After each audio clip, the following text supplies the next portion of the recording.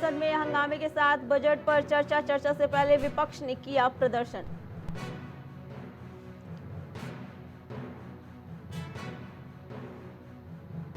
OP Rajbhar के मुस्लिम समुदाय से अपील, कहा मुस्लिम भोलेनाथ को जल चढ़ाएं।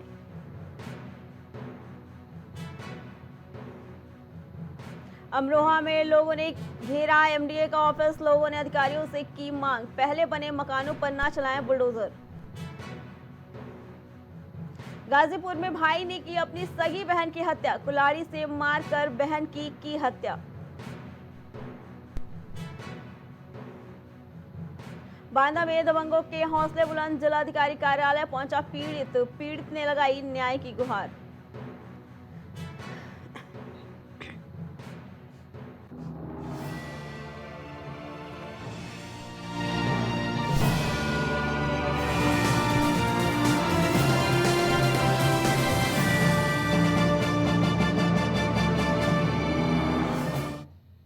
नमस्कार, मैं हूं अर्चना, आप देख रहे हैं प्राइम टीवी। वक्त हो गया है स्पेशल खबर का। चलते हैं पहली खबर की तरफ। संसद में मानसून सत्र का आज तीसरा दिन है, जहां हंगामे के बीच सदन में बजट पर चर्चा भी शुरू हुई। कल वित्त मंत्री निर्मला सीतारमण ने मोदी सरकार के तीसरे कार्यकाल का पहला बजट पेश किया और बजट पर चर्चा के लिए 20 घंटे का समय निर्धारित किया गया। वहीं सदन शुरू होने से पहले एनडीए के सांसदों ने बजट के खिलाफ प्रदर्शन किया, जहां कांग्रेस अध्यक्ष मल्लिकार्जुन खड़गे ने कहा कि ये अन्याय है, हम इसका विरोध करेंगे और बजट में 90% देश को गायब किया गया है। साथ ही कांग्रेसी मुख्यमंत्रियों ने नीति आयोग की मीटिंग का बॉयकॉट भी किया।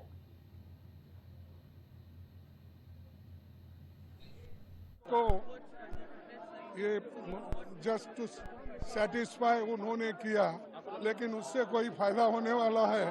सड़क भैया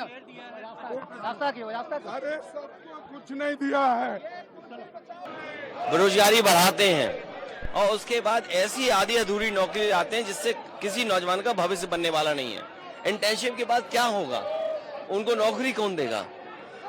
तीसरा, महंगाई को लेकर के सरकार कोई ऐसा ठोस कदम नहीं उठा पाई जिससे महंगाई नियंत्रण होती। अगर कहीं आपने मिडिल क्लास को कुछ सहूलियत भी दी है तो वो अपनी महंगाई से आप वापस ले रहे हैं। बड़े सपने दिखाए थे यूपी को, क्या मिला यूपी को? डबल इंजन की सरकार, तो डबल लाभ मिलना चाहिए था, दिल्ली का लाभ, लखनऊ का लाभ।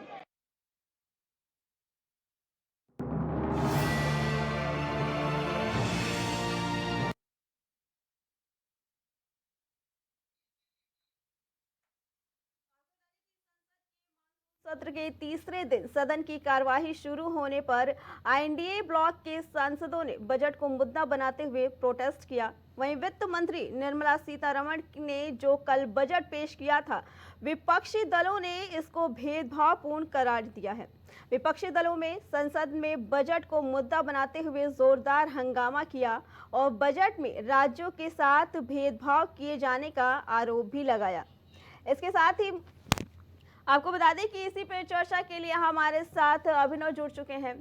अभिनव, बजट शुरू हुआ आज का संसद का, उसको देखते ही विपक्ष ने तुरंत हंगामा शुरू कर दिया और मीटिंग को बॉयकॉट भी किया। क्या कुछ रहा आपको समझ में आ रहा? बिल्कुल, देखिए मानसून सत्र का तीसरा दिन है। बजट की आज चर्चा पेश किया था और जैसे ही आज सदन शुरू हुआ वैसे ही विपक्षी सांसदों ने हंगामा किया और दोनों सदनों में, लोकसभा और राज्यसभा में जबरदस्त हंगामा देखने को मिला। फिलहाल अभी भी सदन की जो कार्रवाई है वो लगातार जारी है। एक एक कर सभी सांसदों को बोलने का मौका दिया जा रहा है और बजट पर चर्चा करने का मौका दिया जा रहा है। 20 घंटे की जो समय अवधि है वो दी गई है बजट पर चर्चा करने के लिए। राज्यसभा में मल्लिकार्जुन खड़गे ने सरकार पर तमाम हमले किए। मल्लिकार्जुन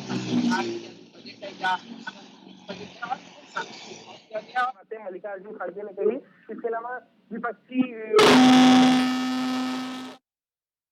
और अन्य तमाम नेता जो है वो आज संसद परिसर में जो है हाथों में तख्तियां लिए हुए नजर आए और संसद के बाहर भी उन्होंने प्रदर्शन किया। अखिलेश यादव ने मीडिया को बाइट देते हुए कहा कि डबल इंजन की दिल्ली को नाराज किया, तो दिल्ली वालों ने इसका परिणाम जो है बजट में दिख रहा है और बिहार को आप तब भी बाढ़ से बचा पाएंगे जब आप उत्तर प्रदेश और नेपाल को पहले बाढ़ से बचा लीजिए। तो अखिलेश यादव ने भी तमाम चीजें की और कहा कि जो सरकार है उसने उत्तर प्रदेश को इसमें ध्यान नहीं दिया। इसके अलावा कांग्रेस अध्यक्ष मल्लिकार्जुन खड़गे को राज्यसभा में बोलने का मौका मिला। इन्होंने भी तमाम जो है हमला रहा है क्योंकि सत्ता पक्ष का कहना है कि हर वर्ग के लिए उन्होंने कुछ ना कुछ दिया है और आपने देखा कि बजट से जनता भी आधी जनता खुश है आधी ना खुश है, लेकिन विपक्ष का जो मेन मुद्दा है वो अभी का क्या है। अभी तक तो नीट परीक्षा था लेकिन उसका भी मामला सामने आ गया है। इस वक्त वो लोग अब मेन मुद्दा किस चीज को उठा रहे हैं? बिल्कुल देखिए, विपक्षियों का सबसे बड़ा मुद्दा यही है कि सरकार ने जो अपने जो सहयोगी है उनको काफी मदद की। आंध्र प्रदेश और बिहार में जो बजट दिया गया उसको लेकर लगातार विपक्ष का एक बड़ा खेमा आवाज उठा रहा है। हालांकि सरकार की ओर से जवाब दिया गया कि 2014 में आंध्र प्रदेश को बजट देने की बात नहीं गई थी, क्योंकि आंध्र जी अभिनव, आप हमारे साथ बने रहिए। इसी बीच सपा प्रवक्ता से हमारी बातचीत चल रही है। आपको बता दें कि धर्मेंद्र सिंह हमारे साथ है। धर्मेंद्र जी, क्या कुछ कहना है आपका? जैसे अखिलेश बराबर इस चीज को लेके नाखुश नजर आ रहे हैं कि यूपी को कुछ नहीं मिला, बजट में सिर्फ ये दिखावा किया गया है कि दिया गया है लेकिन कुछ भी जनता को नहीं मिला गया है, और क्या क्या सवाल खड़े हो रहे हैं आपके साइड से? नमस्कार, बिल्कुल ठीक कह रहे हैं कि जिस तरह से 10 साल लगातार सत्ता में रहने के बाद बजट आया तो एक तरह की नाउम्मीदी नजर आई। किसान हो, चाहे आधी आबादी हो, चाहे नौजवान हो, छात्र हो, साथ साथ बेरोजगारी के भी क्षेत्र में जो इन्होंने शुरुआत में 14 में ही वादा किया था, वो जो संकल्प पत्र लेके आए थे उसको लेकर के बिल्कुल भी इनके अंदर संकल्प नहीं दिख रहा है कि उसको पूरा करना है। जी 10 साल बाद भी युवाओं के लिए कोई ऐसी घोषणा नहीं हुई जिससे उनमें आशा जगे कि उनके फ्यूचर को लेकर के सरकार चिंतित है। जी किसानों के लिए केवल सतही बातें हुई है और किसानों की आय दोगुनी करने के दिशा में कोई कदम इस बजट में नहीं उठाया गया है। जी दलित हैं, चाहे आदिवासी हैं, अल्पसंख्यक हैं, पिछड़े वर्ग के लोग हैं, मध्यम वर्ग के लोग हैं, विशेष रूप से जो लोअर मिडिल क्लास है, इसके लिए भी कोई योजना नहीं है। ये सही है कि एकदम निहायत गरीब को जो एक 5 किलो राशन की योजना थी उसको कंटिन्यू करके और कारपोरेट को टैक्स रिबेट के अलावा इस पूरे बजट में कुछ भी नहीं है। उल्टा महंगाई कंट्रोल करने की दिशा में भी कोई इसमें चिंता नहीं नजर आती है और साथ साथ किस तरह से जो इंडस्ट्री सेक्टर हो या सर्विस सेक्टर हो, इसके लिए भी कोई इसमें योजना इस बजट में नहीं प्रावधानित की गई है कि जिससे अखिलेश यादव का कहना अखिलेश यादव का कहना है कि ये डबल इंजन की सरकार थी तो लाभ भी डबल मिलना चाहिए था। वो किस तरीके के डबल लाभ की बात करना चाह रहे हैं? बिल्कुल डबल लाभ कहने का मतलब ये सरकार केवल आंध्र प्रदेश और बिहार को लेकर के, अभी आंध्र प्रदेश और बिहार के मोह में नहीं, उनकी बैसाखी पर टिकी हुई है। तो जो कांकी बजट के रूप रह गया है, केवल 2 प्रदेशों की योजनाओं के नेताओं द्वारा जो दबाव बनाया गया था सरकार बचाने के लिए, बजट में वही परिलक्षित हो रहा है। और इस बजट से महंगाई, बेरोजगारी, किसान, महिला, युवा के मुद्दे तो गायब है, 9-11 हो गए, इसके बारे में कोई चिंता ही नहीं की गई है। और सबसे बड़ी चीज है, देश का एक बहुत बड़ा तबका, कई सूबे विशेष रूप जैसे उत्तर प्रदेश भी है, पंजाब है, तमाम सूबे ऐसे जिनको कुछ नहीं मिला, केवल मिला है ठुल्लू। केवल इनको वो बजट देख करके किताब के पन्ने पलट के उसको पढ़ते रहना है और पढ़ के विचार करना है कि हमारे लिए भी कुछ कहाँ है, कैसे है, और बजट का अंतिम पन्ना आ जाता है कहीं कुछ उसमें। लेकिन धर्मेंद्र जी, अभी जब बजट पास नहीं हुआ था उससे पहले ही विपक्षी दल बिहार और आंध्र प्रदेश के नेताओं को ये भी बोल रही थी कि ये सिर्फ भाजपा आपका फायदा उठा रही है, आपको मांग करनी चाहिए अपने लिए। और जब बजट में उन राज्यों के लिए विशेष चीजें दी गई है तो अब क्यों विपक्ष इस चीज को मुद्दा बना रहा है? विपक्ष भी तो यही चाह रहा था ना कि इन दोनों राज्यों को विशेष दर्जा दिया जाए या उनको कुछ विशेष चीजें पहुंचाई जाए जिसकी वजह से वो खुश रहे। तो अब इस चीज को लेकर विपक्ष मुद्दा क्यों बना रहा है? नहीं, आपने बहुत ही अच्छा सवाल उठाया। देखिए, बिहार की मांग थी विशेष राज्य का दर्जा, उनको पकड़ा दी गई, 2-3 हाईवे सड़कें पकड़ा करके उनके मांगों को दरकिनार कर दिया गया। ऐसा कुछ नहीं मिला, लेकिन अब वो समझ का फेर है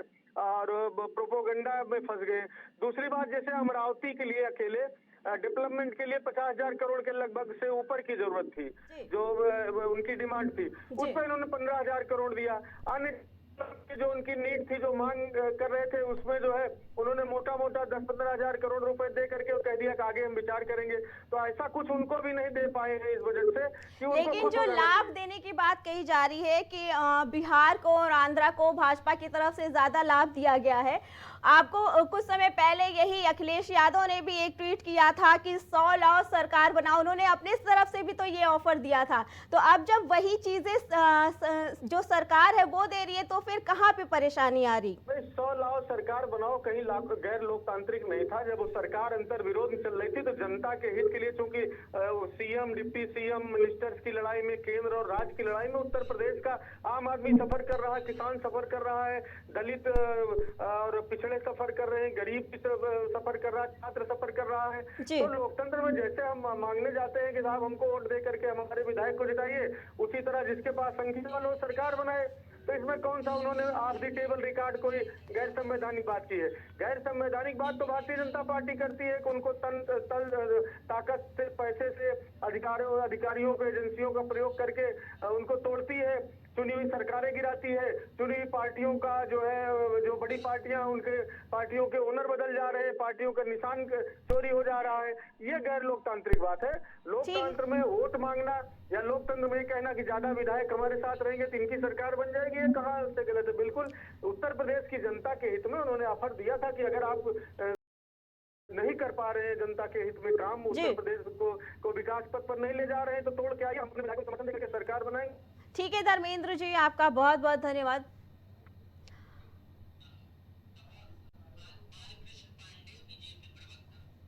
इसी पे आगे चर्चा के लिए हमारे साथ भाजपा के हमारे प्रवक्ता बालकृष्ण पांडे हमारे साथ जुड़ चुके हैं।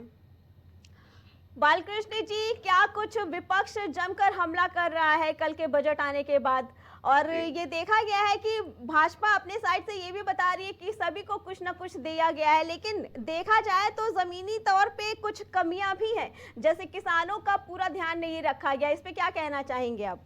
देखिए, 1.5 लाख करोड़ से का बजट एग्रीकल्चर सेक्टर को है, जी, ठीक है, और 1.5 लाख जैसे विपक्ष को कल्चर या किसानों की समस्याओं के बारे में कुछ पता ही नहीं है। जी, आप अगर पूर्वांचल को देख लें, एक मैं उत्तर प्रदेश से चूंकि हम हैं तो हम लोग आते हैं, तो पूर्वांचल को देखें जी, तो पूर्वांचल में यदि हम एग्रीकल्चर सेक्टर पे लोगों का आश्रय बहुत है जी, और लोगों के पास जमीन बहुत कम है, छोटे छोटे जोत हैं, लंबे फार्म वो नहीं है, जी, तो वहाँ पे एक विजन था कि अगर हम डेयरी उद्योग को भी उसके साथ एग्रीकल्चर में शामिल करके बढ़ाते हैं तो हमारे इकोनॉमिक्स है इधर पूर्वांचल की, वो बहुत अच्छी हो सकती है। लेकिन तो बालकृष्ण जी, किसानों का जो मेन मुद्दा ये रहता है कि उनकी फसलों की कीमत उन्हें नहीं मिल पाती है सही से। जो किसानों की आत्महत्याओं के मामले आते हैं, उनका मेन कारण तो यही होता है कि उन्हें उनकी फसलों की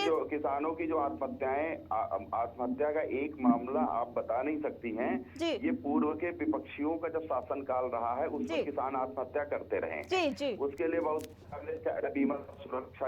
बीमा फसल सुरक्षा योजना या तमाम प्रकार की योजनाएं सरकार ने कर रखी। जी, बालकृष्ण जी, एक विपक्ष का ये भी आरोप है कि बजट में पूरी तरीके से आंध्रा और बिहार पे ही ध्यान रखा गया। क्या ये कहना गलत नहीं होगा कि ये सच में जिसके दम पे सरकार बनी है उन्हीं लोगों को लाभ पहुंचाने के लिए ये बजट बनाया गया है?